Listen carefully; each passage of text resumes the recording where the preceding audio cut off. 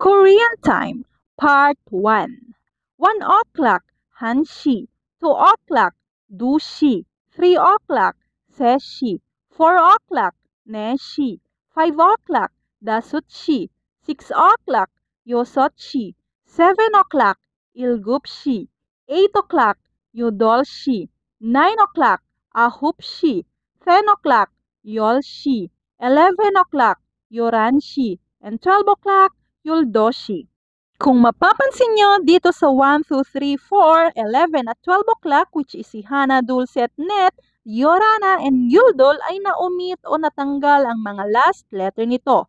Tandaan, si Hana, Dulce at Net, Sumol, at lahat ng nag-i-end sa 1, 2, 3, 4 like 11, 12, 13, 14, 21, 22, 23, 24, and so on, ay na-omit ang last letter kapag sinusundan ng any counting unit. Again, kapag sinusundan ng kahit anong counting unit. Gaya po ng counting unit na si she, na ang katumbas po nito ay o'clock. So, from Hana, she, magiging hanshi. Dulshi, magiging dushi. Setshi, magiging seshi. Netshi, magiging neshi. Yoranashi, magiging yoranshi. And yoldolshi, magiging yoldoshi.